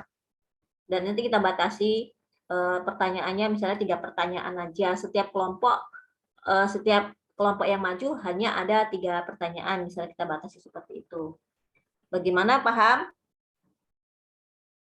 Paham ya? Iya Bu, paham. Ya, jadi untuk presentasi Senin depan, poin nomor 6 ya, menganalisis dokumen perusahaan ya dengan pengembangan DFD, dengan pemodelan logikal dan fisikal ya. Nanti kalian bisa lihat di kontrak perkuliahan yang ada. Paham ya? Ada yang mau tanyain masalah untuk Senin depan? Ibu berarti kita buat makalah juga sama PowerPoint-nya kan Bu ya? Iya, jadi nanti dijelaskan gitu. Iya Bu, baik Bu. Di situ bisa misalnya di situ ada moderatornya, kemudian yang presentasinya siapa, apa digilir, ada bagian-bagian masing-masing, kemudian nanti ada sesi tanya jawabnya gitu. Ibu pengen kalian mempunyai tugas dan peran masing-masing dari setiap kelompok, anggota kelompok ya. Dan usahakan makalah kalian itu jangan sama gitu. Untuk permasalahan analisa datanya tuh beda-beda gitu. Jadi nanti setiap kelompok yang maju, kelompok yang lain dan dosen juga bisa mengajukan pertanyaan ke setiap kelompok yang maju. Oke, paham ya? Iya, Bu. Oke. Nah, setelah paham, Ibu akan mengajukan pertanyaan sesuai materi tadi ya. Oke, kalian siap-siap.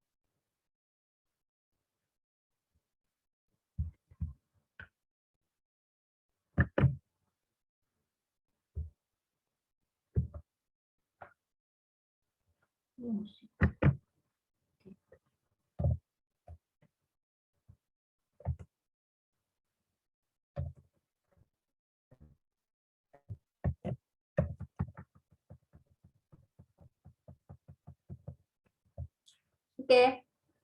Untuk pertanyaan yang pertama tadi ya, nanti. Pertama pertanyaannya itu, jelaskan, siapa yang menjawab ya?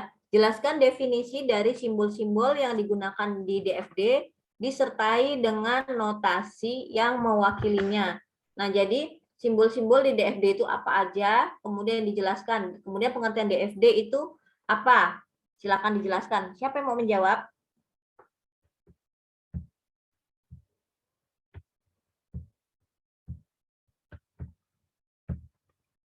Siapa?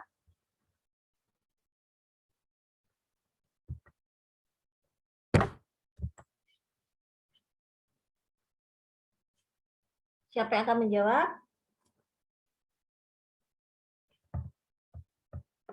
Ada ya tadi di materi tadi.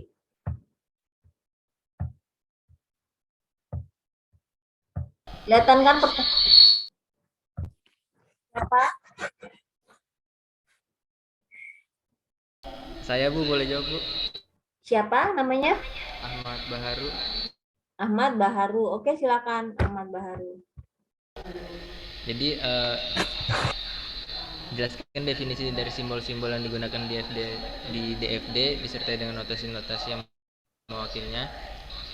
Yaitu ada komponen data flow diagram.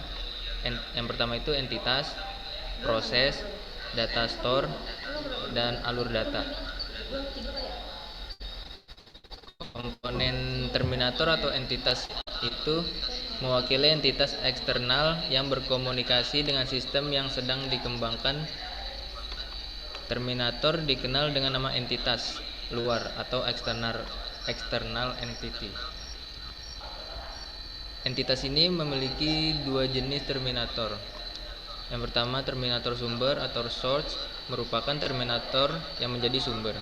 Yang kedua, terminator tujuan atau sink, merupakan terminator yang menjadi tujuan data atau informasi sistemnya. Lalu ada 3 hal penting yang harus diingat tentang terminator ini. Yang pertama itu, terminator merupakan bagian atau lingkungan luar sistem. Yang kedua, profesional sistem tidak dapat mengubah isi atau cara kerja organisasi atau prosedur yang berkaitan dengan terminator. Yang ketiga, hubungan yang ada antar terminator yang satu dengan yang lain tidak digambarkan pada DFD. Lalu selanjutnya itu komponen proses. Komponen proses menggambarkan bagian dari sistem mentransformasikan input menjadi output. Proses diberi nama untuk menjelaskan proses atau kegiatan apa yang sedang dilaksanakan. Pemberian nama proses. Oke, itu apa? Nggak usah panjang-panjang, dia komponen proses apa aja, kemudian penjelasannya apa, dia nggak usah sampai ke contoh semuanya ya. Oke, lanjut. Lalu selanjutnya itu ada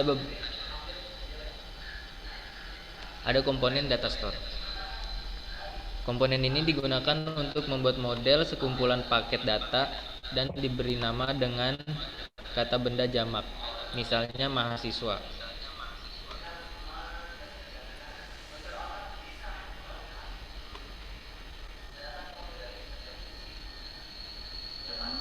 Selanjutnya bentuk data flow diagram.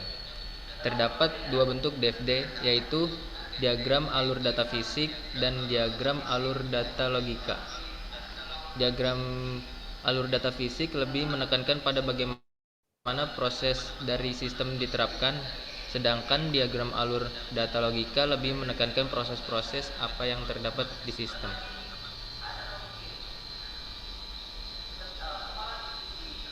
Sudah, Bu. Oke, coba jelaskan komponen secara singkat, nggak usah dijelaskan uraiannya apa aja. Komponen DFD apa aja?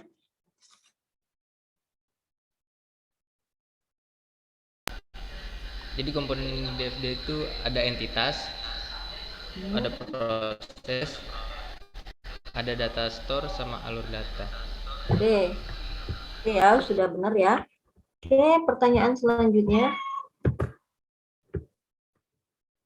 Jelaskan perbedaan utama antara DFD fisik dengan DFD logika. Saya Bu mau mencoba jawab. Oke, siapa? Firly Bu. Oke, Firly. Iya. Silakan. Yang pertama ada diagram alur data fisik yang disebut DADF. DADF itu lebih tepatnya digunakan untuk menggambarkan sistem yang ada, yaitu sistem yang baru. Sedangkan DADL itu diagram alur data logika, lebih tepatnya digunakan untuk menggambarkan sistem yang akan diusulkan, yaitu sistem yang baru. Maaf Bu, tadi yang diagram alur data fisik itu untuk sistem yang lama. Oke. Oke, pertanyaan yang ketiga. Jadi Firly tadi DADF sama DADL bedanya di mana? Kalau di DADF itu dia sistem yang sudah ada, yaitu sistem yang lama, sedangkan yang DADL itu adalah sistem yang baru diusulkan, Bu. Oke, baik. Tuh. Oke, pertanyaan yang ketiga. Jelaskan hal-hal apa saja yang harus dilakukan ketika menggambar DFD. Saya Bu, membuat Novita. Novita, oke Novita, silakan. Yang pertama itu ada identifikasikan terlebih dahulu semua kesatuan luar ya atau external entity yang terlibat di sistem. Untuk yang kedua, identifikasi semua input dan output yang terlibat dengan kesatuan luar. Dan yang terakhir itu gambar terlebih dahulu suatu diagram konteks. DVD merupakan ya itu. Ayo coba simpelnya kayak mana simpelnya?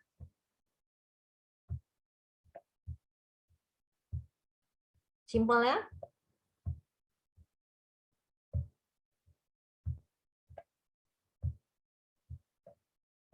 Novita?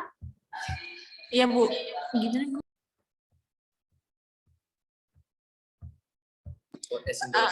Intinya itu gambarnya untuk Terminator sendiri kotak persegi panjang nih, terus untuk prosesnya bulat, terus untuk data store-nya garis panjang 2 ya, terus alur datanya panas ke kanan. Oke, tadi pertanyaannya tentang apa ya tadi ya? Pertanyaannya tadi jelaskan hal-hal apa saja yang harus dilakukan ketika menggambar DFD. Apa saja yang dilakukan? Atau syarat pembuatan DFD?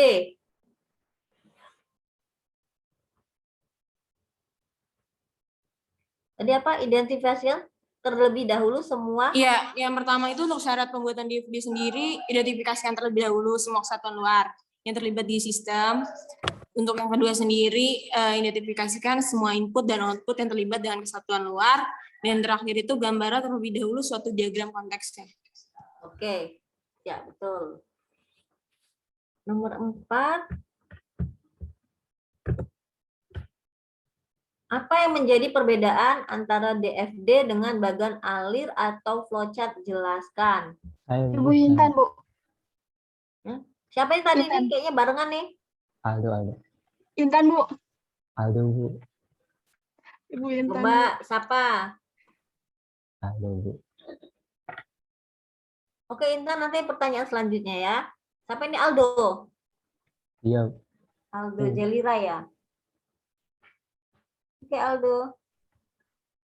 jadi perbedaan antara DFD dengan bagan alir adalah yang pertama, proses di DFD dapat beroperasi secara paralel.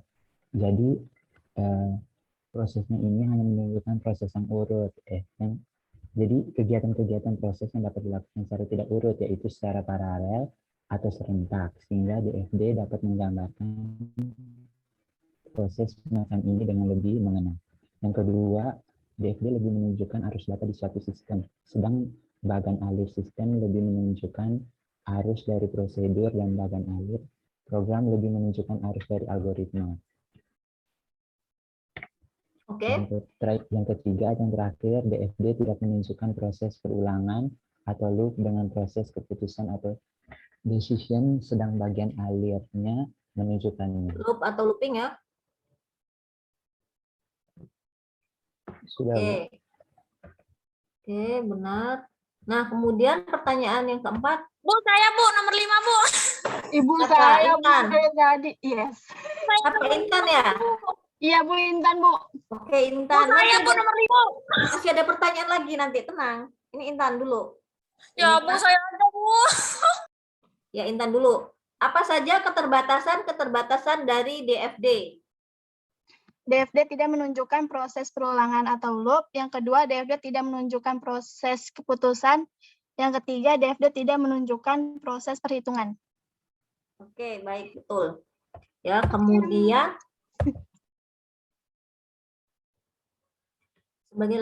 Oke, ini untuk latihan nomor 6 untuk latihan. Ibu kasih pertanyaan yang tadi ya, di atas tadi.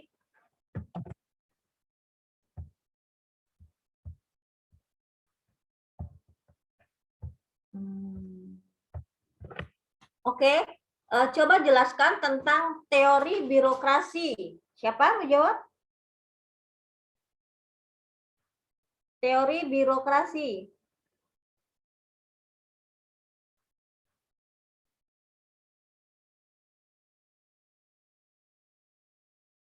Ada yang mau jawab?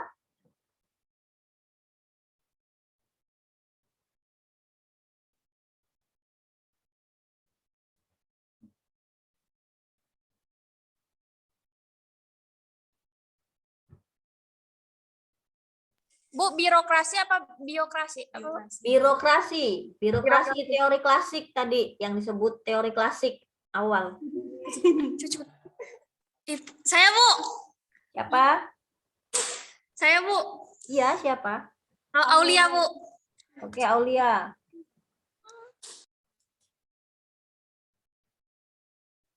Ya, silakan jelaskan teori birokrasi. Kemudian ciri-cirinya ya. Jadi teori birokrasi itu apa? Dia ada ciri-cirinya atau sistem kerjanya. Ya Bu, bentar Bu. Ini. Birokrasi merupakan struktur tatanan organisasi, bagan, pembagian kerja, dan hierarki yang terdapat pada sebuah lembaga yang penting. Hierarki. Ya Bu, hierarki yang penting untuk menjalankan tugas-tugas agar lebih teratur, seperti contohnya pada pemerintahan, rumah sakit, sekolah, militer. Jenis-jenisnya, ciri-cirinya ya Bu. Ciri-cirinya Bu. Iya, ciri-cirinya. Ciri-cirinya jabatan administrasi yang terorganisasi atau tersusun secara hierarkis. Setiap jabatan memiliki wilayah kompetensinya sendiri. Pegawai negeri ditetapkan dan tidak dimiliki berdasarkan hasil kualifikasi teknik yang ditunjukkan melalui ijazah atau ujian. Pegawai negeri menerima gaji tetap sesuai dengan pangkat atau kedudukan yang dimiliki. Pekerja adalah karir yang terbatas atau pada intinya yaitu pekerjaannya sebagai pegawai negeri. Para pejabat tidak memiliki kantor tersendiri. Para pejabat berperan sebagai subjek yang melakukan pengontrolan dan pendisiplinan. Promosi diberikan berdasarkan pertimbangan kemampuan yang melebihi rata-rata. Udah, Bu. Oke. Baik. Oke, lanjutkan lagi teori administrasi dan ciri-cirinya.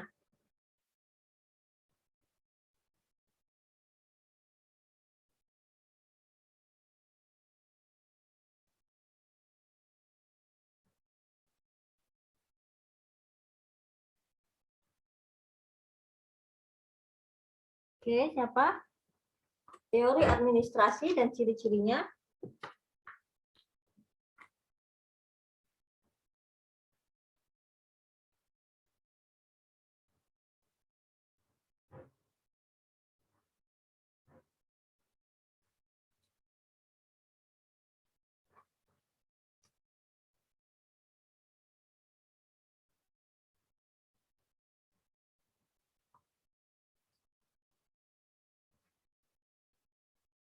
Oke, ada yang mau jawab?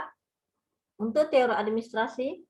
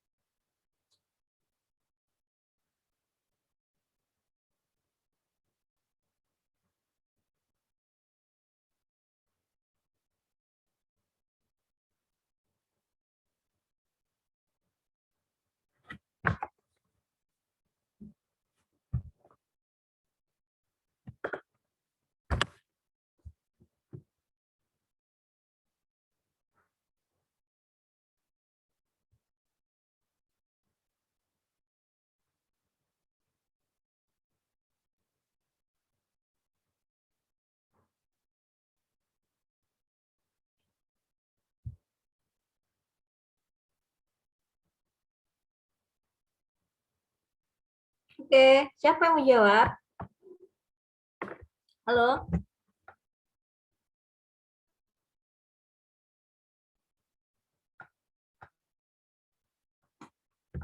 Coba Ibu lihat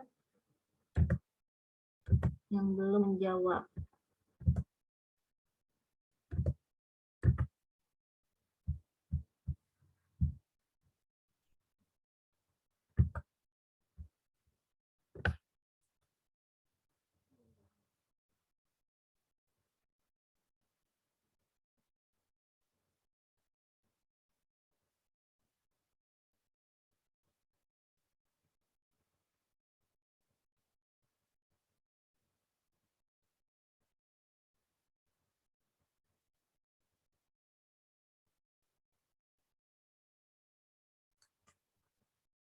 Oke, coba Wulandari, ada nggak?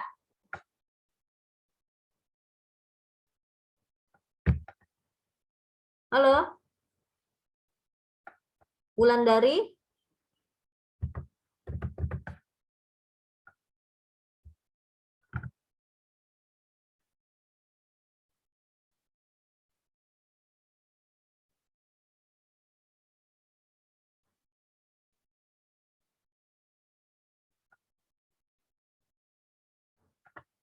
Oke, Wulandari ada? Halo?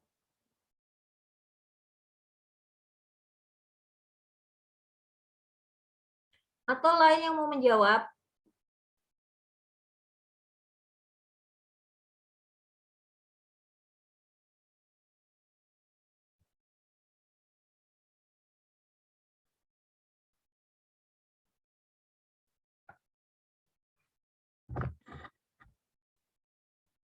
Ibu, tadi pertanyaannya apa, Bu? Teori administrasi dan ciri-cirinya. Saya mau coba menjawab, Bu. Yang lain belum mau menjawab?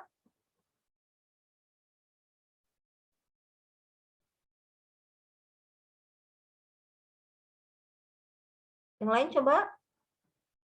Oke, misalnya nggak ada yang jawab yang lain. Iya. Oke, Firly.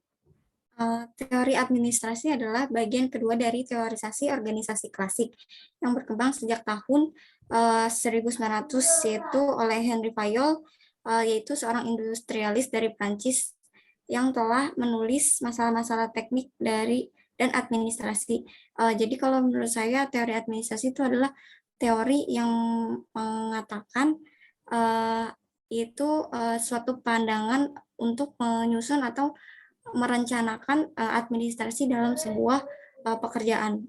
Kalau menurut saya gitu sih, Bu. Oke, iya, menurut Henry Fayol, teori administrasi seperti itu, benar. Kemudian ciri-cirinya?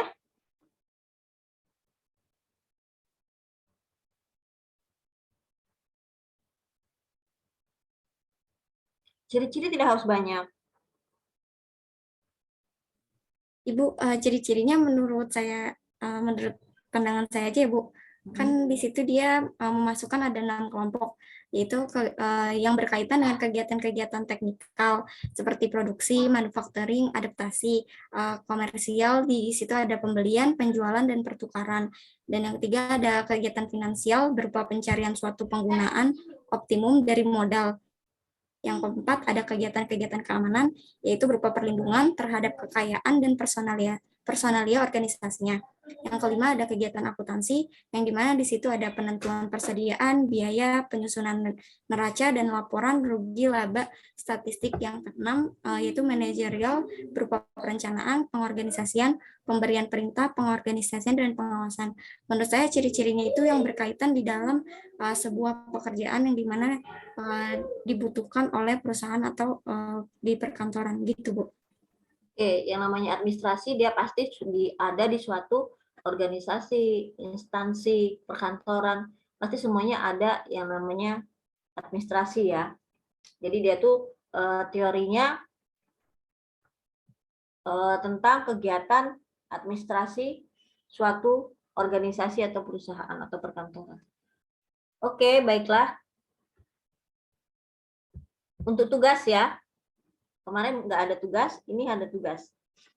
Tugasnya adalah poin yang nomor 6.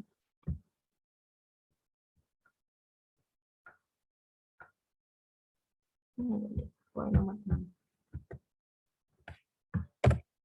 Oke. Buatlah DFD sistem apa itu? Sistem apa? Sistem perpustakaan ya? Iya, Bu, sistem Ya, perpustakaan. buatlah DFD sistem perpustakaan ya. Jadi kalian membuat gambarnya ya, alur datanya, gambarnya dari entitas, proses, alur datanya seperti apa ya. DFD nih ya, bukan diagram konteks. Tapi kalian pertama bikin diagram konteksnya dulu, kemudian nanti kalian buat tuangkan ke dalam DFD. Kirim ke email ya, ke email paling lambat besok jam 5 sore. Oke, untuk tugasnya ada yang mau ditanyakan?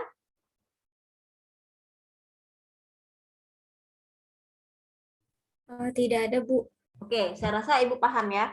Oke, dari materi hari ini, kemudian masalah pembagian persentase pertemuan Senin depan, ada yang mau ditanyakan lagi jika ada yang belum paham?